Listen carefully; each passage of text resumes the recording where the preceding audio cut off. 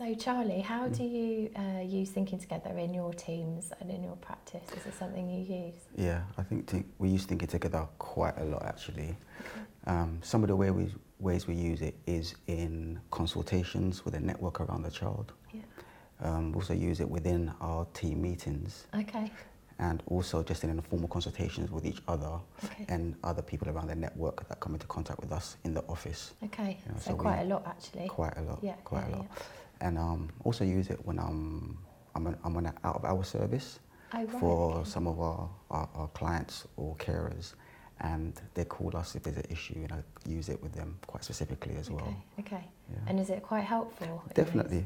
I think the best, it is, when you start it, people can become a bit perplexed, but others can take it on straight away about the process. But what everyone has found is that they feel contained by the process, you know, especially when they get used to it. Yeah. You know, it can contain them first and foremost in the middle of the crisis, and then there's an outcome to it as well, which is agreed upon at the beginning. Yes. So they can hold their anxiety knowing that we're going to think through it together. Yes. And it's always me that comes up with a solution. Yeah, you know, sometimes they come up with it as well, just based on the process itself. Yeah. I think that's the thing I like about it, because I guess it pulls together one of the bits about AMBIT that I find useful, trying to balance reflecting on stuff, but actually also doing something about what you've reflected on. Definitely. And you can kind of come to the conversation saying to the other person, what do you want to get out of it? Which, like you say, to start with, can feel a bit rude, because people sometimes just want to come and say whatever they want to say. But sort of having that bit of marking at the beginning of actually, if this is going to be helpful, it will kind of help me to know where you want to get to. Once people get into that, even though it's a bit hard and it can feel a bit awkward and possibly a bit rude as well to say, no, stop, hang on. But I don't know whether in your experience, that bit, if it's not there, just kind of, I guess, does it make a difference if you don't mark tasks? It does, because then they go straight into the storytelling. Yes. And then halfway through, I realise that if I mark the task properly, it becomes harder to help them think about the desired outcome. Yes. You know, and it could just be a rambling. So at times, I think I've got brave enough to pull back and say, listen, let's start again. Let's really focus on what we want out of this. Yes. And then maybe not ask them to repeat what they've said already, but get a clear emphasis at the beginning once again. And what the beautiful thing I found about it is that once people get used to it, they come to you already with with a task marked.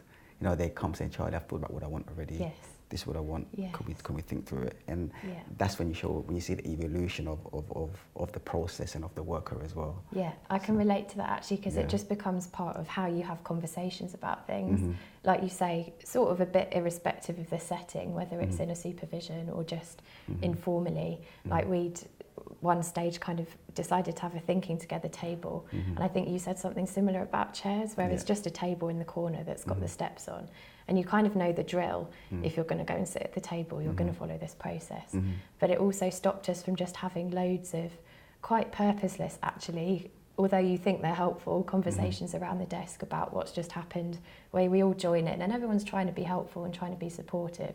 But you end up just going back to your work and you're thinking, what did we even get out of that? Definitely. We maybe feel a bit better, but actually sometimes you might feel a bit worse. Definitely. But you certainly haven't really got anything of value that you can actually go back and apply.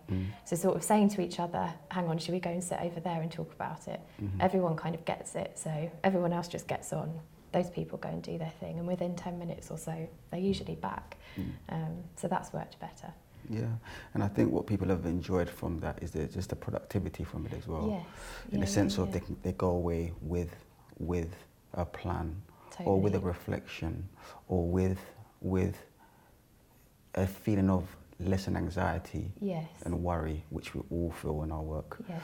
You know, or even acknowledgement that they are feeling like that, because sometimes they didn't realise that they were feeling so concerned about a situation with a client or even within a network. Yeah. But they go away with that awareness, which can help them kind of be more strategic in how they go forward. Yes. And what they want to do. Yeah, because I think it's like you say, getting someone back to being able to think about it for themselves is helpful. And sometimes, like you say, people don't even realise how they are feeling about something. They just come with the thing that's the problem. And then having the bit of the slowing down and just thinking it through feels like it gets people back to being able to kind of be at their own best, so they can go out and do what they were going to do. You know, they've just had a bit of a space to think about it. Definitely. So I think that's one of the other things I can remember from training, people feeling like, if we start doing thinking together, am I just going to be constantly called upon to just come up with all these solutions for other people's problems? I've got enough of my own to struggle with. And actually, it's not really like that in my experience. You're just being a bit of a listening ear to somebody else. You don't have to sort of say, do this, do that, try this. You're just kind of helping that person have a bit of time and space to just process it a bit. And then most times when you say to people, have you got any ideas about what you want to do when you've returned to purpose? It's like they have a little light bulb and they're like, oh yeah, actually this or actually that. And then you can add in stuff, but a lot of the time, in my experience, it's not massively about the person that's doing the helping, saying, here I am, I've got the magic You're not wand. left with the responsibility of being the fixer of the situation. Yes, that's definitely. it. That's it. And I've had not one experience, but I've had a few experiences when somebody's actually thought through marking a task quite in depth.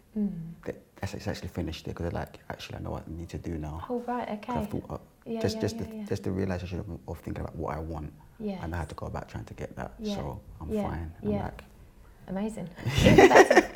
But that's the thing about the kick-starting the mentalising, isn't it? When you actually stop and think, what do I want? Sometimes you think, oh yeah, it's a bit clearer, but you just don't often stop and think, but it kind of prompts you, doesn't it? Again, I think it totally kind of describes our environment where thinking is the most useful tool, but the hardest commodity to come by, just based on the work that we do, the stresses on us, the amount of work that needs to be done as well. That mentalizing, thinking is at a premium, and I feel like one of my roles within my job is to help my team, my network, the network around the child, to be able to do that, and Thinking Together does that really well. Use the thinking together in our team, which I think is quite different in my experience from ways other people have tried it. And I only say that based on, sometimes when I give the example at training, people are like, what? But obviously, like you said, we do quite a lot of outreach. So you'll be in someone's home, or you'll be in McDonald's, or wherever you are. And obviously stuff happens, things come up, and you don't always know what to do. So we kind of have a bit of an arrangement in our team that you can call into someone in the team and do thinking together, but that you do it with the phone on speakerphone, so that the person in the office is sort of there helping the worker and the young person usually. Sometimes it's the parent though. So the job is that the worker's saying to the young person, hey look, I feel like we've got a bit stuck here. And you don't have to say that in a way that causes panic and alarm. It's just about being real, actually. Sometimes you don't know what to do, but a way of managing that is to call someone else for a bit of help. And then the person in the office just runs through the steps. So we wouldn't necessarily maybe use the weird language of like mark the task, mentalise the moment, state the case, but again you can say that in a bit more of a real way. Sort of what is it that you want the help with? And if it's me that's being called from the office, I try and think about being quite mentalising of the young person through what I might be saying to the worker, so that the young person doesn't have to feel at the centre of the conversation, but they can listen in. Definitely. And then it's quite helpful, and sometimes I say, well, like, where have you got to? What have you guys come up with together? And you know what, sometimes we don't actually have anything to add to where they've got to. But then me and the worker can say, actually, it does seem like we could do with some more thinking about this. Why don't we come up with a plan of what we're going to do together? Then you can take it back to the young person. But also the young person can chip in, as they often do, sometimes quite loudly. But again, it just helps both of them.